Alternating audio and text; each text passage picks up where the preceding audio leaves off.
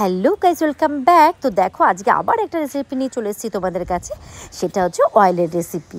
হ্যাঁ, আজকে কোনো খাওয়ার রেসিপি না, আজকে অয়েলের রেসিপি, এবং ভীষণ একটা ইম্পর্ট্যান্ট রেসিপি। এটা প্রায়ই এখন সবারই লাগে, তাই না?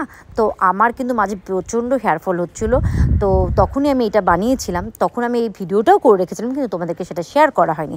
তা আজকে ভাবলাম তোমাদেরকে এটা শেয়ার করে দিই। তা আমার কিন্তু প্রচণ্ড উপকারে লেগেছে, ভাবলাম তোমাদেরকে শেয়ার করি। যার যার লাগবে তোমরা এটা কিন্তু দেখে নিও।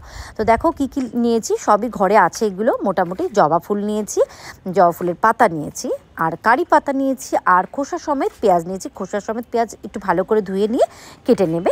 আর অ্যালোভেরা নিয়েছি, একদম গাছ থেকে একটা গোটা কেটে নিয়েছি, একটা মানে পাতা মতন, সেটাকে ছোটো ছোটো করে কেটে নিয়েছি। আর আমি নারকেল দিয়েছি, নারকেল তেল দিয়েছি, মানে সেই তেলটা তোমরা যে যেরকম তেল ব্যবহার করো মানে হেয়ার অয়েল হিসাবে, সেটা তোমরা নিয়ে নিও। আর তার সঙ্গে ফ্ল্যাক্স সিডস দিয়েছি, আর কালো জিরে দিয়েছি।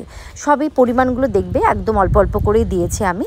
এইবার দেখো ফ্ল্যাক্স সিডসের কথাটা বলছি। আমি এবার ফার্স্ট টাইম যখন এই অয়েলটা বানালাম, মানে আগেও বানিয়েছি প্রচুরবার, তো তখন কিন্তু আমি ফ্ল্যাক্স সিডসটা আমি অ্যাড করেছিলাম না।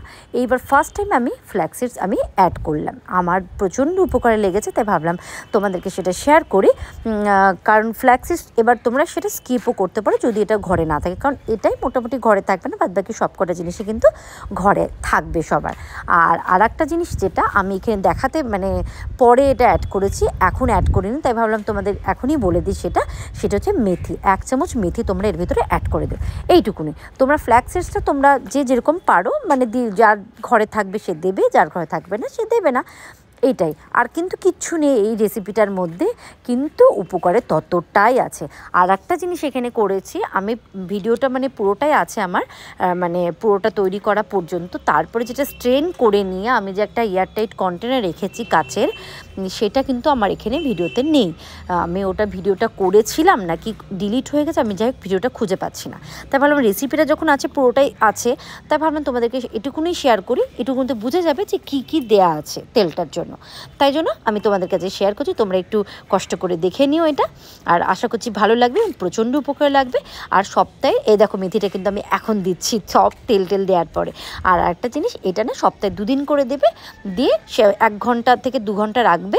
তারপরে তোমরা কিন্তু এটা সারা রাত রাখার দরকার নেই, ওই 1 থেকে 2 ঘন্টা রেখে শ্যাম্পু করে নেবে। দেখো তোমাদের হেয়ার ফল কিন্তু বন্ধ হয়ে যাবে, আর একটু একটু করে হেয়ার গ্রোথও হবে।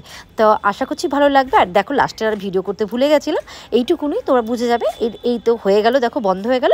এবার এটাকে একদম কাচের এয়ারটাইট কন্টেনারে রেখে দেবে। তো কেমন লাগলো আমার এই ছোট্ট ভিডিওটা? ভালো লাগলে লাইক, শেয়ার, কমেন্ট করতে একদম ভুলো না। তো এখন মতো টাটা, আবার কোনো একটা রেসিপি নিয়ে চলে আসবো।